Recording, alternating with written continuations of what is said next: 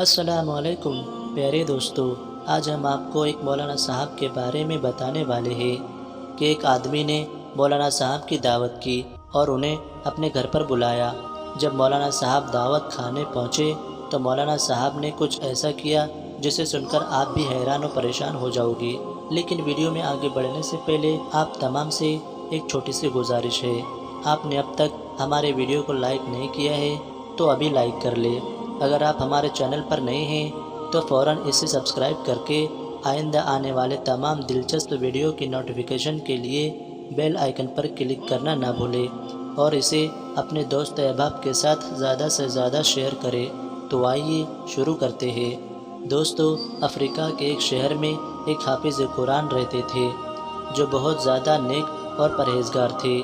لوگ اس عالم دین کا بہت احترام کیا کرتے تھے۔ ہر کوئی ان کی اپنے گھر دعوت کرتا اور ہر شخص یہ چاہتا تھا کہ اس عالم دین کو اپنے گھر بلایا جائے۔ خاص طور سے رمضان شریف کے مہینے میں لوگ اس عالم دین کو اپنے گھر بلاتے اور افطار وغیرہ کراتے تھے۔ ایک مرتبہ ایک چاہنے والے نے رمضان شریف کے مہینے میں اس عالم دین کو افطار کے لیے اپنے گھر بلایا۔ اس عالم دین نے دعوت قبول کر لیا اور افطار کے وقت اس چاہنے والے کے گھر پہنچ گیا۔ وہاں اس عالم دین کا بہت اچھی طریقے سے استقبال کیا گیا۔ افطار کے بعد اس عالم دین نے تمام گھر والوں کے حق میں دعا کی اور واپس چلے گئے۔ اس شخص کی بیوی نے عالم دین کے چلے جانے کے بعد مہمان خانے کی صفائی کی تو اسے یاد آیا کہ اس نے مہمان خانے میں کچھ رقم رکھی تھی۔ بہت تلاش کرنے کے بعد بھی اسے نہیں ملی۔ اس نے اپنے شوہر سے پوچھا کہ تم نے وہ رقم اٹھائی؟ تو شوہر نے جواب دیا، نہ ہی وہ رقم میں نے دیکھی ہے اور نہ ہی میں نے اسے اٹھایا ہے۔ بیوی سوچ میں پڑ گئی، اگر پیسے انہوں نے نہیں لیے تو پھر کہاں گئے؟ اس نے اپنے شوہر سے کہا، اگر پیسے آپ نے نہیں لیے تو ضرور کوئی باہر والا ہی ہوگا جو لے گیا ہوگا، لیکن ہمارے گھر میں تو سوائے عالم دین کے کوئی نہیں آیا۔ ہمارے گھر میں تو عالم دین ہی آئے تھے۔ بالآخر دونوں اس نتیجے پر پہنچے کہ لگتا ہے مہمان نے چوری کی ہے۔ اس عالم دین نے رقم کو اٹھا لیا اور اپنے گھر چلا گیا۔ یہ سوچتے ہوئے ان دونوں کے غصے کی انتہا نہ رہی۔ ان کو بہت غصہ آ رہا تھا، ایسا کیسے ہو سکتا ہے؟ ہم نے انہیں اتنی عزت دی، اتنے احترام سے انہیں اپنے گھر بلایا، ان کی دعوت کی اور انہوں نے ہمارے ساتھ ایسا کیا۔ اتنا سب کچھ ہونے کے باوجود اس شخص نے حیا کے مارے اس بات کو لوگوں سے چھپا لیا کہ بھلا میں کیا کہوں گا کہ ایک عالم دین نے میرے گھر سے چوری کی ہے۔ اس شخص نے کسی کو بتایا تو نہیں، لیکن وہ عالم دین سے دور دور رہنے لگا تاکہ سلام دعا نہ کرنی پڑے۔ اسی طرح پورا ایک سال گزر گیا۔ پھر رمضان شریف کا مبارک مہینہ آ گیا۔ علاقے کے لوگ پھر سے عالم دین کی دعوت کرنے لگے اور انہیں اپنے گھر میں افطار کے لیے بلانے لگے۔ اس شخص نے جس کے گھر چوری ہوئی تھی اس نے اپنی بیوی سے کہا کہ ہمیں کیا کرنا چاہیے، مولانا صاحب کی دعوت کرے یا نہ کرے؟ تو بیوی نے کہا، ہمیں بھی مولانا صاحب کی دعوت کرنی چاہیے۔ غلطی انسان سے ہو جاتی ہے، ہو سکتا ہے کچھ مجبوری کے عالم میں انہوں نے وہ رقم اٹھا لی ہو، ہمیں انہیں معاف کر دینا چاہیے۔ کوئی بات نہیں، اللہ تعالی ہمیں اس کا بہتر بدلہ عطا کرے گا۔ یہ سن کر اس شخص نے پھر سے اس مولانا صاحب کو اسی عزت و احترام کے ساتھ اپنے گھر دوبارہ بلایا۔ جب افطار وغیرہ سے فارغ ہوئے تو اس شخص نے عالم دین سے کہا، جناب آپ جانتے ہوگے کہ تقریباً ایک سال سے میرا رویہ تھوڑا بدلا ہوا ہے۔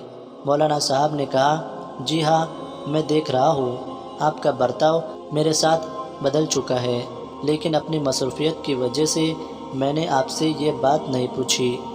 اس شخص نے کہا، میرا آپ سے ایک سوال ہے اور مجھے امید ہے کہ آپ اس کا جواب ضرور دیں گے۔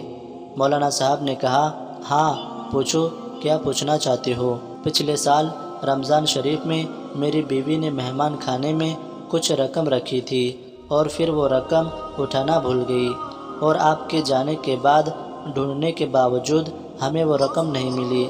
کیا وہ رقم آپ نے اٹھا لی تھی؟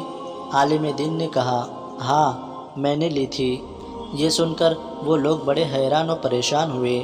عالم دین نے اپنی بات کو جاری رکھتے ہوئے کہا، جب میں مہمان خانے سے جانے لگا تو میں نے دیکھا کہ ٹیبل پر پیسے رکھے ہوئے تھے۔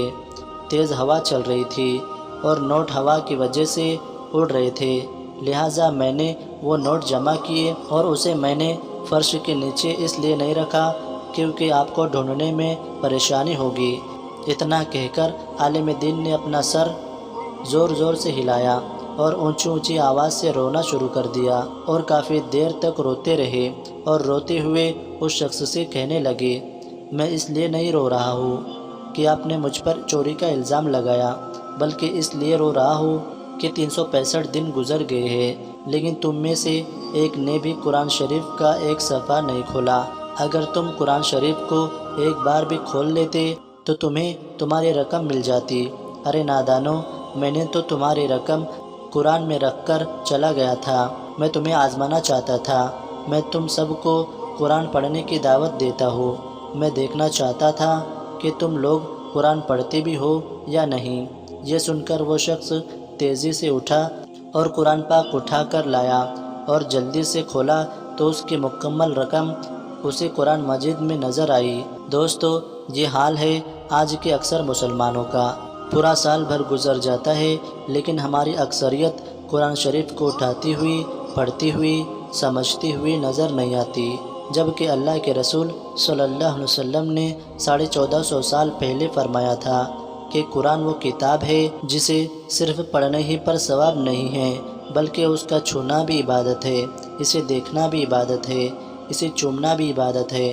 آپ سوچیں، جس کتاب کو چھونے پر، پڑھنے پر، دیکھنے پر اللہ عبادت کا ثواب عطا کرتا ہے، ہم اور آپ اس کتاب سے کتنا دور ہو گئے ہیں، اس کتاب کی تعلیمات سے کتنا دور ہو گئے ہیں۔ دوستو، ہمیں اور آپ کو چاہیے کہ ہم قرآن مجید کو اپنے روزمرہ کی زندگی کا حصہ بنائیں اور کوشش کریں کہ روزانہ قرآن مجید کے چند سورے یا چند آیات کو ہم ضرور پڑھیں، اور اگر ہم نے اس کی عادت بنا لی تو ہم اس کی برکت خود محسوس کریں گے۔ یقیناً اللہ تعالیٰ ہمیں قرآن مجید کی تلاوت کا صلہ ہمیں دنیا اور آخرت دونوں میں عطا کرے گا۔